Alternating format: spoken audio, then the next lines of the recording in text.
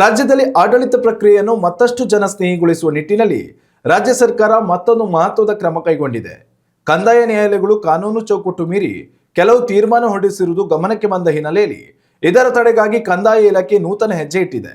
ಕಂದಾಯ ನ್ಯಾಯಾಲಯಗಳನ್ನು ಜನಸ್ನೇಹಿಗೊಳಿಸುವ ಪ್ರಯತ್ನದ ಭಾಗವಾಗಿ ಇನ್ಮುಂದೆ ಕಂದಾಯ ನ್ಯಾಯಾಲಯಗಳು ಆನ್ಲೈನ್ನಲ್ಲಿ ಇರಲಿವೆ. ಈ ಸಂಬಂಧ ಪತ್ರಿಕಾ ಪ್ರಕಟಣೆ ಹೊರಡಿಸಿರುವ ಕಂದಾಯ ಸಚಿವ ಕೃಷ್ಣ ಬೈರೇಗೌಡ, ಕಂದಾಯ ಇಲಾಖೆಯಲ್ಲಿ ಆಡಳಿತಾತ್ಮಕ ಪ್ರಕ್ರಿಯೆಯನ್ನು ಸರಳೀಕೃತಗೊಳಿಸುವ ಮೂಲಕ ಜವಾಬ್ದಾರಿಯುತ ಆಡಳಿತವನ್ನು ನೀಡುವುದು ನಮ್ಮ ಗುರಿಯಾಗಿದೆ.